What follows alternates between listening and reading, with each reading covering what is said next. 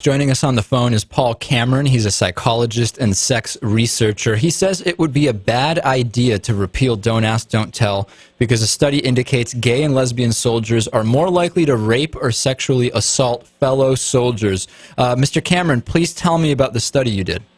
Well, first we took official DOD, Department of Defense, statistics on sexual assault for 2007 and 2008. Right. 2009 still isn't out here yet. And then we derived our own estimate and then used the Williams Institute estimate of how many gays and lesbians are in the armed forces.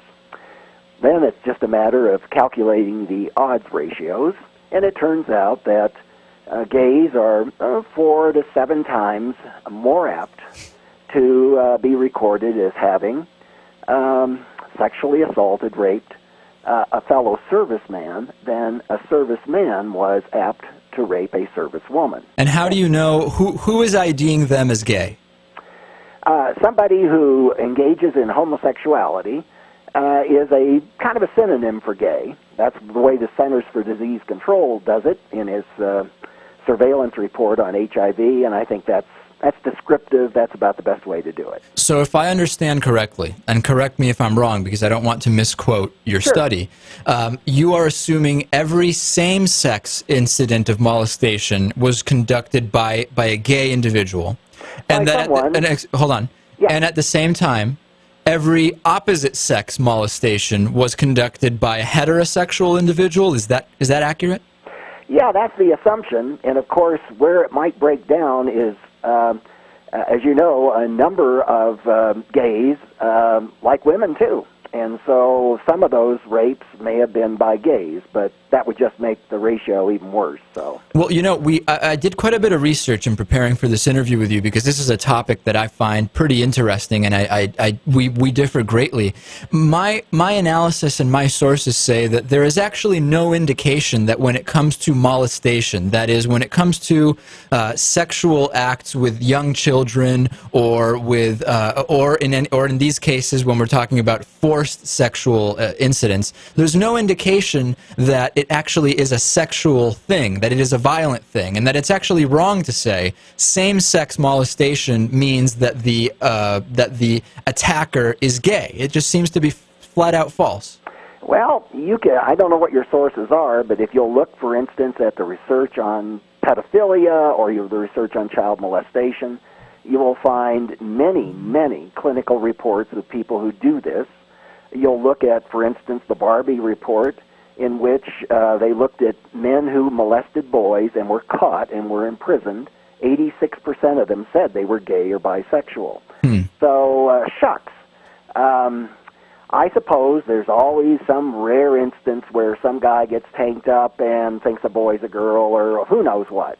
But you know, I have to say, to me, we see so many, and I know that in some of the studies that your organization, the Family Research Institute, has done over time, the sample sizes are pretty darn small. I mean, in some cases, you're making assumptions based on a subsample made up of 17 people, and when that's the case, 1 or 2 people just making stuff up is going to completely throw your numbers off, is it not? Oh, you're correct. And that's true. Unfortunately, you're talking about our estimates regarding homosexual parents. Actually, until just recently, 17 was quite a large number for that kind of research. Now, there are a few studies out there in which the numbers are like in the low 100, almost 100 or over 100. But still, we don't know very much about it. And but even 100 is statistically insignificant, is it not? Well, it is, unless you keep getting the same results. For instance, if you look at the past, when Kinsey did his research, I and everybody else criticized him. This isn't random. This isn't anything like representative. Well, his data is pretty well held up, not as to the numbers of people who engage in homosexuality. That was false. But in terms of what homosexuals do, the kinds of acts that they engage in, what they prefer, blah, blah, blah, all that has stayed pretty much the same down through the years. Do you personally think that homosexuals are bad people, or that they're evil, or that they are not the way that God wants them to be? Well, I think that those who acquire a homosexual habit get changed. How do they acquire those habits, though? They choose to have those? They say, I'd like to acquire some habits. Almost never. Okay. Sometimes they're seduced. Sometimes it's children.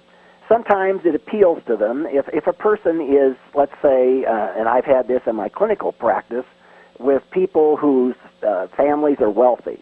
Many wealthy people's children go into drugs or homosexuality or heterosexual promiscuity. Hold on a second. So what you're saying, you're comparing choosing to take a life of drugs to choosing to take a life of homosexuality? Is that the comparison that you're making? I think it is a pretty good comparison. It's not identical.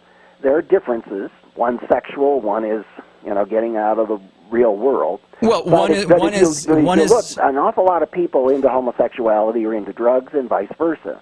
For instance, right now, about 7-8% of gays registered as HIV positive got that way because, at least in part, they shot drugs. At least we know they shoot drugs. That's a very, very high proportion compared to people in general. Let me ask about this, your practice, as you mentioned. Why did the American Psychological Association drop you from their membership? And I know you say, and I'm expecting you to say, you actually resigned before they dropped you.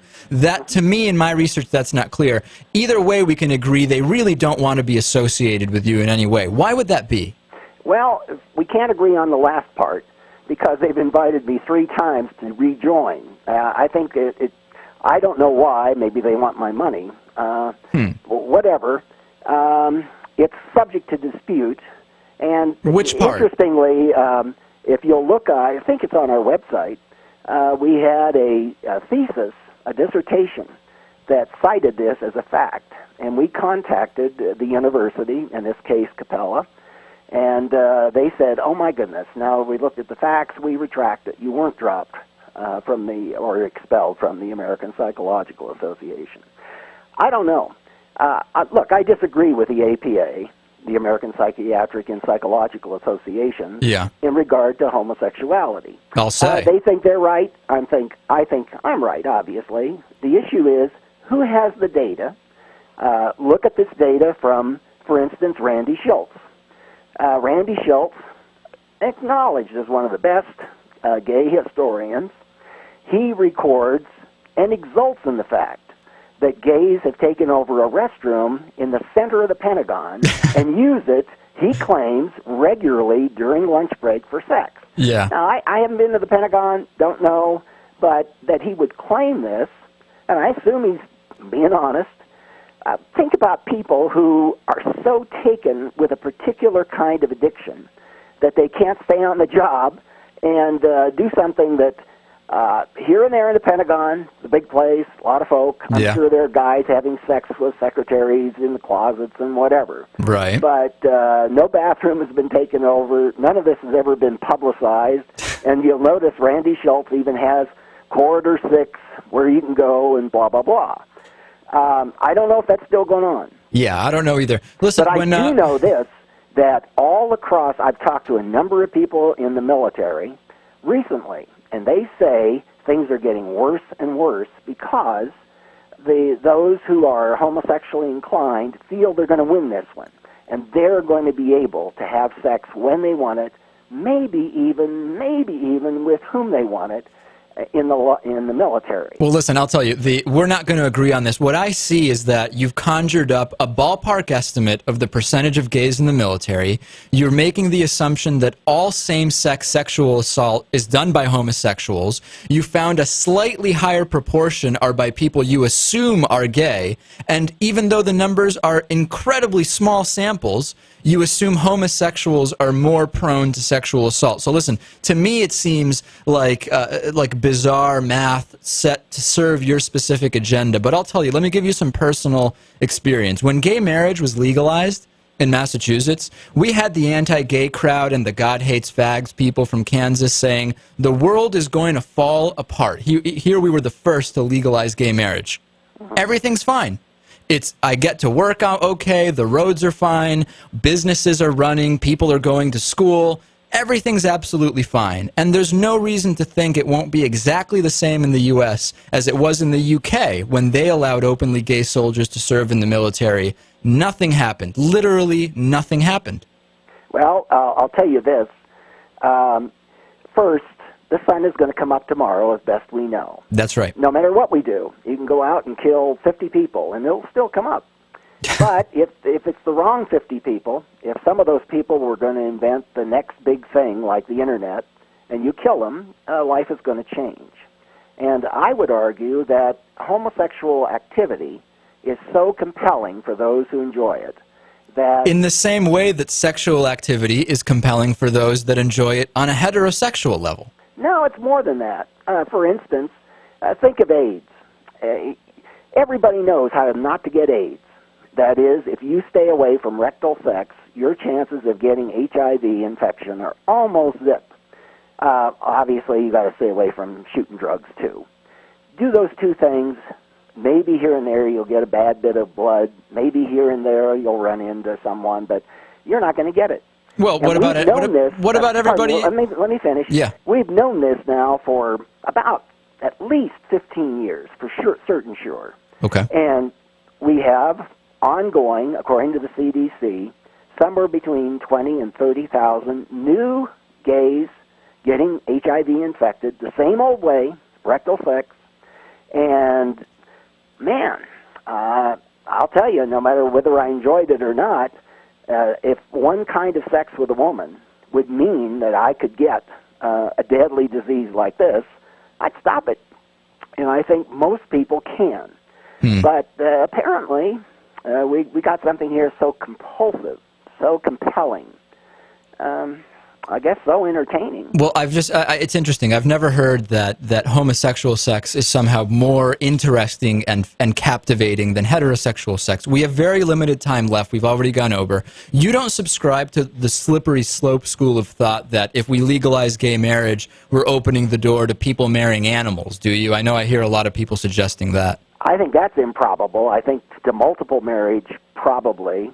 But what's more important is demographically, the big unspoken problem in our society, one that I can't get the Republicans to pay attention to nor the Democrats, is that while the United States is at 2.1 children per woman, we're still demographically okay.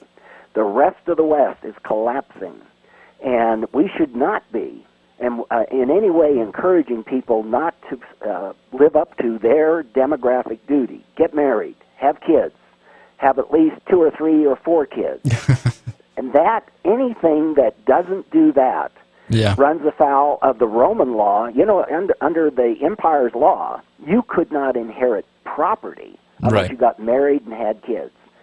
That was a sensible law. No, well, you know, we can point back to when slavery was legal. Just because something is an old law doesn't mean that it's worth following. I'll tell you, we're out of time. We've been speaking with Paul Cameron. I think the only thing we'll agree on is that we've just talked on the radio for about 12 minutes. Beyond that, I can't think of anything else that I agree with you on. But I thank you for calling in today. Hey, you bet. Take care. Okay, we'll take a break, Louis. We'll need a little time to recover from some of those ideas.